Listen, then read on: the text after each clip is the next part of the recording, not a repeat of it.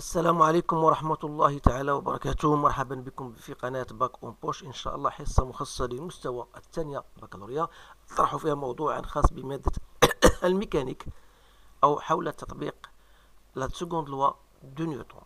إذن الموضوع هو أمامكم الآن. On va bien sûr répondre à toutes ces questions en utilisant soit on va parler en arabe, tantôt en français pour que tout le monde puisse bien sûr nous comprendre. Alors, au point P, situé à une hauteur de 2,7 au-dessus du sol, une balle de tennis assimilée à un point matériel est frappée avec une raquette. Elle part de ce point à l'instant pris comme origine des dates à t égale à 0 avec une vitesse v0 faisant un angle alpha de 45 degrés avec l'horizontale de module v0 égale à 10 mètres par seconde. Alors, le mouvement de la balle sera étudié dans le repère OIK. O, c'est le point du sol. Donc, établir l'expression littérale des lois horaires ou bien des équations horaires x de t, z de t de mouvement de la balle. Déduire l'équation de la trajectoire, calculer les coordonnées du point S le plus élevé atteint par la balle, déterminer les caractéristiques du vecteur vitesse de la balle lorsque celle-ci touche le sol. Grand 2, dans cette partie, la balle est frappée par la raquette en P, mais cette fois-ci à un instant pris comme origine avec une vitesse initiale horizontale V1 de valeur 25 mètres par seconde. Alors le filet à une hauteur H0 de 1 mètre est placé à une distance L égale à 12 mètres de haut. Alors déduire l'équation de la trajectoire de la balle dans le repère OIK à partir de l'équation établie dans la question 1b. Alors la balle franchira-t-elle le filet? Si oui, à quelle distance derrière le filet retombera la balle sur le sol؟ إذن فوالا الموضوع سنحاول باللغة العربية إن شاء الله باش يفهم كل شيء الطلبة تفهم. إذا غنمشيو دابا للأجوبة.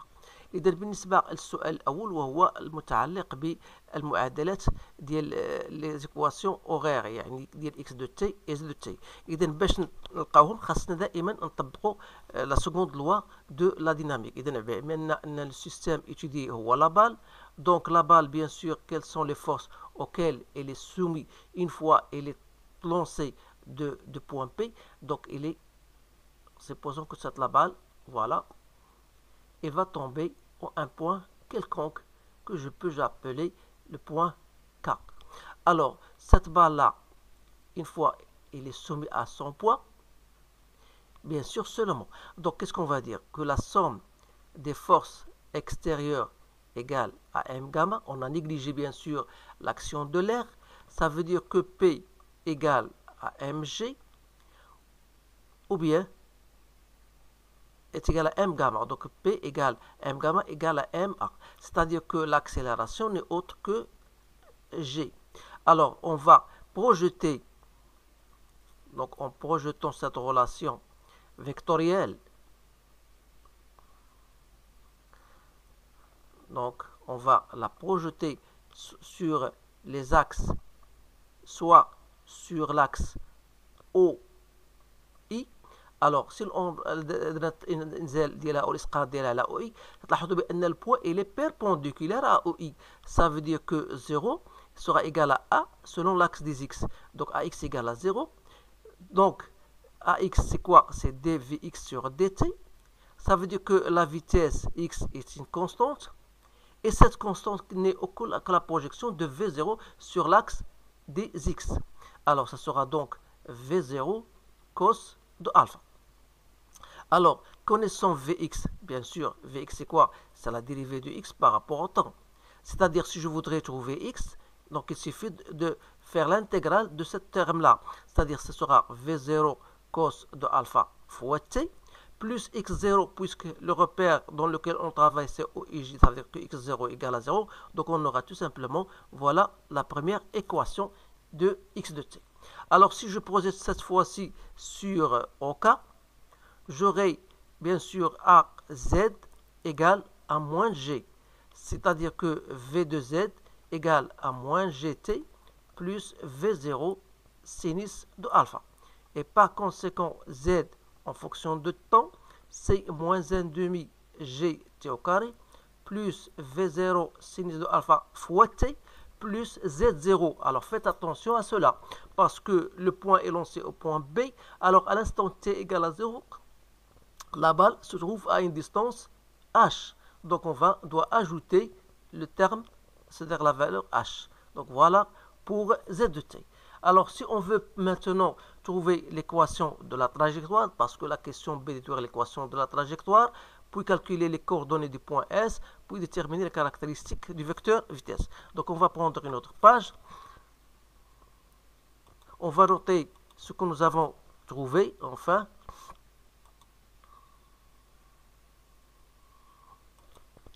Donc on a x de t égale à v0 cos de alpha fois t. Et on a z de t égale à moins 1 demi g t au carré plus v0 sinus de alpha fois t plus h. Alors, la relation 1 et la relation 2. Donc, la relation 1 va nous permettre de déterminer t, qui est égal à x sur v0 cos de alpha. Et en remplaçant dans 2, c'est-à-dire z, cette fois-ci en fonction de x, ça sera moins g sur 2 v0 au carré cos carré de alpha, x au carré, plus x tangente de alpha, plus h. Donc voilà l'expression, bien sûr, de l'équation de trajectoire. Donc il suffit de remplacer, bien sûr, g, c'est moins 9,8 sur 2 V0 au carré, c'est-à-dire 10 fois 100, au carré, c'est 100, fois cos carré de 45 degrés, x au carré, plus x tangente de 45, plus 2,7. Donc, donc vous allez utiliser votre calculatrice. J'ai trouvé moins 9 x au carré, plus x, plus 2,7. Et j'espère que mon résultat est correct. Alors, pour la question 2, on va trouver la balle, bien sûr, lorsqu'elle sera lancée, elle va atteindre un certain niveau, elle va atteindre un point que j'appelle S. Alors, en ce point-là, S, qu'est-ce qui va se passer? C'est-à-dire que la vitesse en Z sera égale à 0. Qui dit V de Z égale à 0, ça veut dire que G, T, S, d'après l'expression de la vitesse de Z est égale à moins G, T plus V0 sinus de alpha sera égal à 0. Ça veut dire que si je voudrais trouver le temps où va tomber, où il sera, la balle S, elle va arriver à un temps TS. Donc je vais ici noter TS. Donc TS, ça sera donc égal à V0 sinus de alpha sur G. Alors, on va faire une application numérique, c'est-à-dire V0 est égal à 10 sinus de 45 degrés que je divise par 9,8.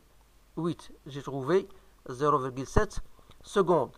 Alors, si je voudrais trouver les coordonnées de S, c'est-à-dire je dois trouver x de S qui n'est autre que V0 cos de alpha fois TS, c'est-à-dire 10 cos de 45 degrés fois 0,7.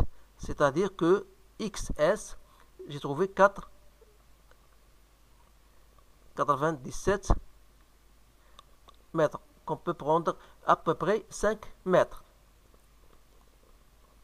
Alors, et pour ZS, normalement, ZS c'est quoi? Je vais les faire ici. Donc ZS, ça sera égal à moins G sur 2 TS au carré, plus V0 sinus de alpha fois TS, plus H.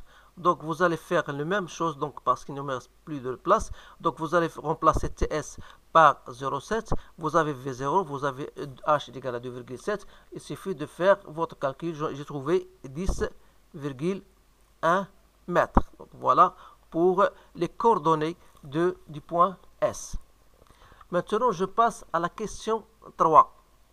Donc la question 3 elle concerne les caractéristiques du point de contact. Alors supposons on va noter cela, donc soit I, donc ça c'est la question 3, soit I le point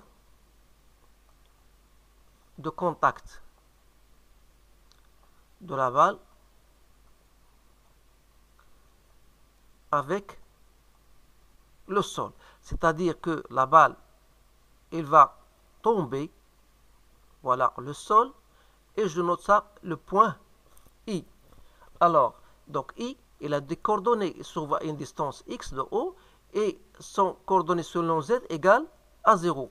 Donc, pour nous, il faut trouver la vitesse, bien sûr, les points caractéristiques du point vitesse. Alors, je vais noter cela dans un tableau. Donc, voilà un tableau. Donc, j'ai ici, bien sûr, la vitesse.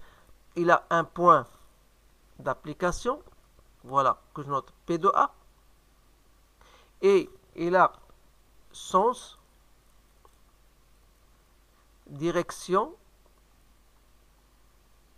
et intensité. Alors ça, c'est tout simplement les caractéristiques du vecteur vitesse. Alors le point d'application, donc le point d'application, lorsqu'il va atteindre, puisque la barre elle est en chute libre, à un instant donné, elle sera en chute libre, c'est-à-dire le point de contact c'est I, donc le sens, donc c'est du haut vers le bas,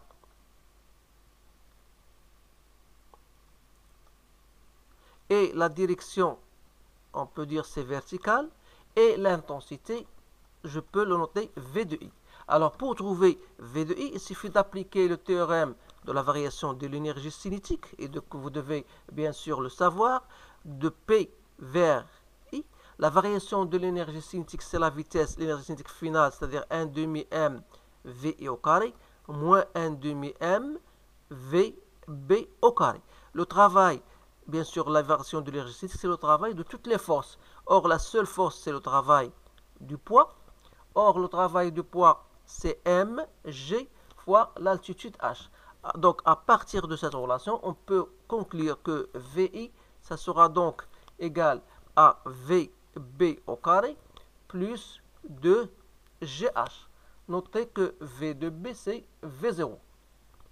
Donc, c'est-à-dire que VI sera donc 10 au carré plus 2 fois 9,8 fois H. Donc, ça m'a donné 12,36 mètres par seconde. Alors voilà, et vous allez noter ici 12,36 mètres par seconde. Donc voilà pour les caractéristiques. On va passer maintenant à grand 2. Alors grand 2, vous avez ici la différence, c'est que la balle est lancée avec une vitesse, mais cette fois-ci une vitesse qui est horizontale. Alors, quelle est la différence? Quelle différence va se passer ici? C'est que tout simplement, c'est que alpha, il n'y a plus de alpha. C'est-à-dire que alpha égale à 0. Donc, ça veut dire que cos de alpha égale 1. Et notre équation, d'abord, on va noter l'équation ancienne, c'est-à-dire on a trouvé zx égale à moins g sur 2v0 au carré cos carré de alpha x au carré plus x tangente de alpha plus h. Alors, cette équation, il devient tout simplement pour zx, ça devient, il faut noter cos de alpha égale à 0, donc il me reste tout simplement moins 2g, moins g sur 2v0 au carré, cos carré c'est 1, donc x au carré, plus tangente de alpha est égal à 1, plus h. Donc c'est bien ça. Donc t, donc j'aurai la vitesse x est égal à v1 de t, donc v1 moins g de t, c'est-à-dire que z est égal à moins 1 plus h. Donc voilà, je vais le faire autrement pour savoir la différence, les ratcons, Inch'Allah. Et voilà, la vitesse Vx égale à V0 cos de alpha. إذا عندنا هي V1 بالنسبة لنا هي V1. Donc si je voudrais trouver x de t, donc c'est V1 fois t plus x0. Donc voilà x1. Donc de là, si je cherche t, ça donne x sur v1. Alors pour AZ, si je projette sur au cas, donc AZ égale à quoi? Est égal à moins G. Ça veut dire que VZ égale à moins GT plus quoi? Plus la vitesse initiale. Parce que VZ est égal, parce que AZ c'est quoi? C'est D de V de Z sur dt. Donc V égale à moins GT plus la vitesse V0. Or V0 n'a pas de composante sur l'axe parce que V1 il a une seule composante selon l'axe des X. Il n'a pas de composante sur l'axe des Z. Alors, je veux trouver SVZ égale à moins G de T. Et par conséquent, Z de T, ça sera donc égal à moins 1 demi GT au carré, plus Z0, donc plus H. Et par conséquent, si je vais remplacer de la même manière connaissant T, c'est-à-dire que Z en fonction de X, ça sera tout simplement moins G sur 2V1 au carré, X au carré, plus H. Donc ici, donc voilà notre équation horaire, ça devient comme vous le voyez devant vous. Alors ici, il suffit de faire remplacer, c'est-à-dire ça va donnera moins 7,884 10 moins 3 x au carré plus 2,7. Alors la question qui suit, c'est est-ce que la balle franchira-t-elle le filet? Idem. باش نعرفوا واش la barre elle va franchir le filet, est-ce qu'elle va passer au-dessus, c'est-à-dire la balle à un certain moment elle va tomber. Donc lorsqu'il va arriver à un point donné, c'est-à-dire s'il passe au-dessus, c'est-à-dire on doit trouver Z pour la comparer à cette altitude H de 1 mètre. C'est-à-dire on va dire que voilà X, c'est-à-dire à une distance L, on va dire que pour L égale à 12 mètres, c'est-à-dire c'est X pour nous, donc ça va nous donner ZL égale à moins 7,424 10 moins 3 XL au carré, c'est-à-dire 12 au carré, plus 2,7. C'est-à-dire que ZL, j'ai trouvé, c'est 1,57 mètres. Donc vous remarquez, c'est bien supérieur à la distance du filet, c'est-à-dire la hauteur du filet qui est 1 mètre.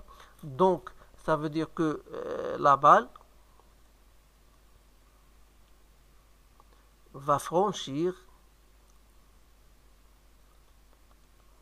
le filet. Alors, dans le cas où il va franchir le filet, on a dit soit K le point où tombe la balle vers le sol, parce qu'on cherche la distance. Idem.